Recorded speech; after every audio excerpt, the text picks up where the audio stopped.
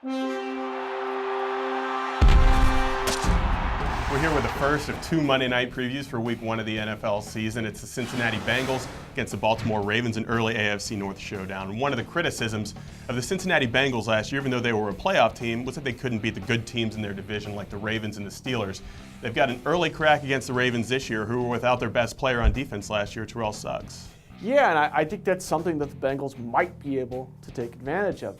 That's only if defensively they can stop Ray Rice. He had 295 rushing yards, 4 touchdowns in the 2 games last year. They've got to step up on the run defense side of things. They've also got to be better versus the pass. And I think that could be an edge that Baltimore has more often this season with the no-huddle passing attack. This might be the best Ravens passing game that we've seen in some time. And so the Bengals, from a pass secondary standpoint, I think, they've got some things to prove.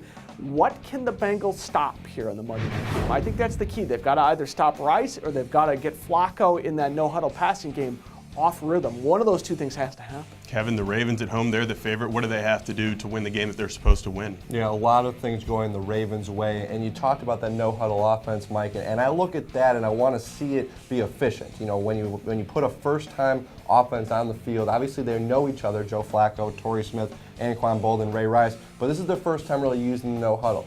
And so I want to see if they can do it well and they can avoid turnovers. Flacco has had his mistakes in the past, so it's a big year for him. A lot of pressure, the contract year for Flacco. How will they perform under the lights with all that pressure? If they can run that offense efficiently and well and not have any problems with it the first time they unveil it, I think the Ravens should be able to walk to victory. You talk headlines for both of these teams. Cincinnati Bengals, you look at A.J. Green, Andy Dalton on offense, and then you've got that Ravens defense. Seems like you guys are flipping the switch a little bit. Ravens offense and the Bengals defense is what's going to make the difference here. Mike, tell me what's your prediction for the game. I like Baltimore in the season opener. They've won the last 3 meetings between the teams, and I think they're in good form. Cincinnati, some offensive line injuries. I don't think they're coming into the season as strongly as they did in 2011. Yeah. When you look at Cincinnati, I think a lot of people are hoping second-year jump for Andy Dalton, the full offseason to work with Jay Gruden, but it's just not enough to surpass a Baltimore Ravens team that just has so much talent on both sides of the football. It's only week 1, but we've already got divisional implications here in the AFC North with the Bengals at the Ravens. As soon as week 1's over, be sure to check out ProFootballWeekly.com to get ready for week 2 of the NFL season.